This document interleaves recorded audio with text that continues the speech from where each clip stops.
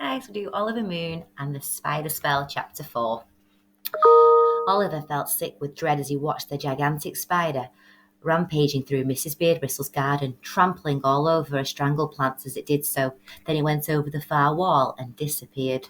Oliver could hear faint screams in the distance and wondered if hairy Horace had just given someone a nasty shock.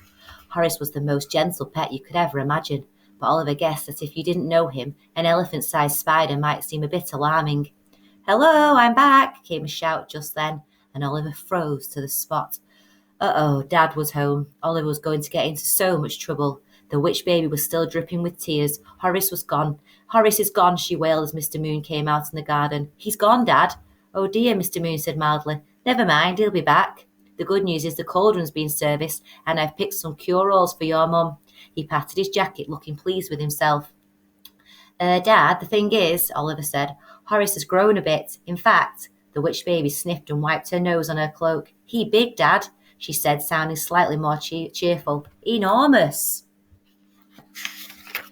Mr. Moon looked baffled, and with a nervous gulp, Oliver explained everything.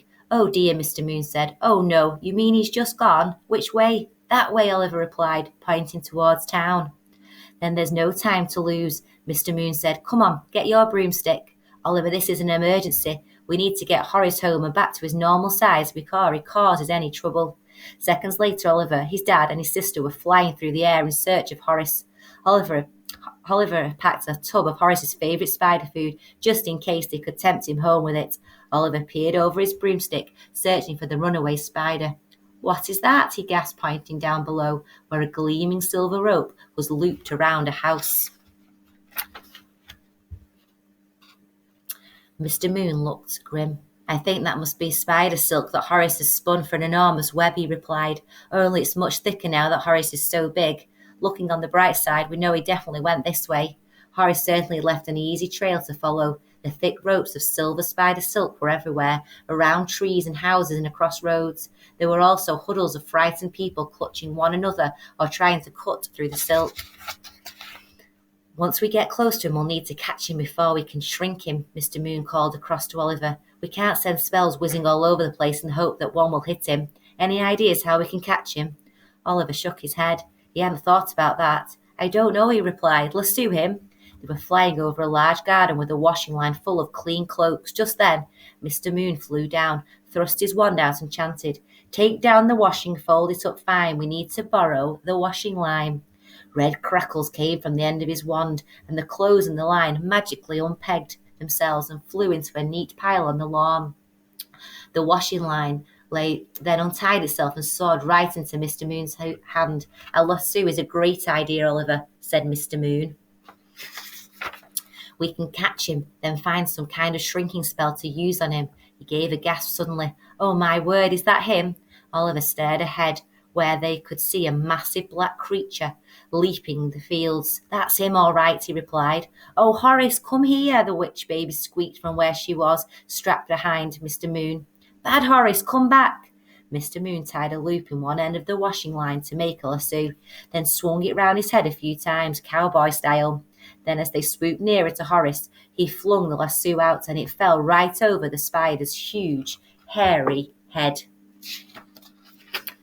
"Yay!" Dad Oliver cheered, clapping his hands and almost tumbling off his broomstick in excitement.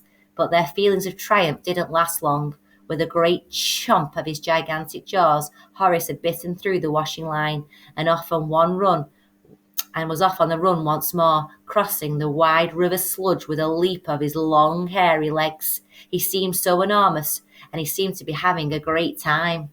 There were a couple of fisher witches down on the bank of the river. Seeing their nets gave Oliver another idea. "How about using a net to try and trap him?" he bellowed over to his dad. Mr. Moon nodded and gave him a thumbs up. "Good thinking, Ol," he replied. "Let's see what my wand can do this time." He gripped it firmly and pointed it at Horace. "String and twine I need to get to magic up a mighty net." Oliver watched, but there was only the smallest of crackles from Mr. Moon's wand, and then a titchy mouse-sized net appeared in the air with a feeble puff of smoke. "Oh no," Oliver groaned, realizing too late what the problem was. "Your wand didn't finish recharging, Dad. The witch baby took them all out of the pod to play with." and now the power's all gone.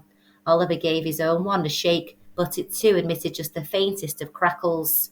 He must have used up all its power when he cast the Grow Bigger spell. Mr. Moon looked stricken at the news, and Oliver felt a lurch of panic. Two powerless wands and a gigantic runaway spider. However would they be able to catch Horace now? Read some more. Read chapter 5 next time. Hope you're enjoying the story and speak to you all soon.